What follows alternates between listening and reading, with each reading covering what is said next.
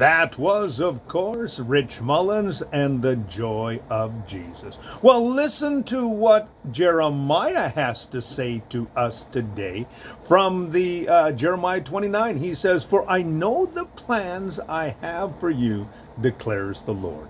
Plans to prosper you and not to harm you, plans to give you a hope and a future." So here is Jeremiah. He's looking at his own nation, and he knows that things are not as good as they should be. But you know, the beautiful thing is, we don't base our relationship and what's happening around us on the circumstances, the situations, even the news that is happening on the different platforms.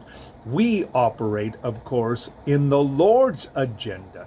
And this is what Jeremiah is reminding the people of that day and also reminding us today. He says, "I have some great plans for you," declares the Lord. The Lord, of course, has a plan of, he says here, to prosper you and not to harm you. God wants to give you that eternal and abundant life. Jesus said in John 10:10, "I've come to give you life, and I've come to give it to you abundantly." John also prayed in 3 John 2. He said simply this. He says, "I pray that you be in prosperity and health, even as your soul prospers." And so here is Jeremiah reminding his audience and us today about the fact that God has plans to give you a hope and a future, and it's based upon God's love. In 1 Corinthians 13:13, we have the love chapter, and it says simply this in 13:13.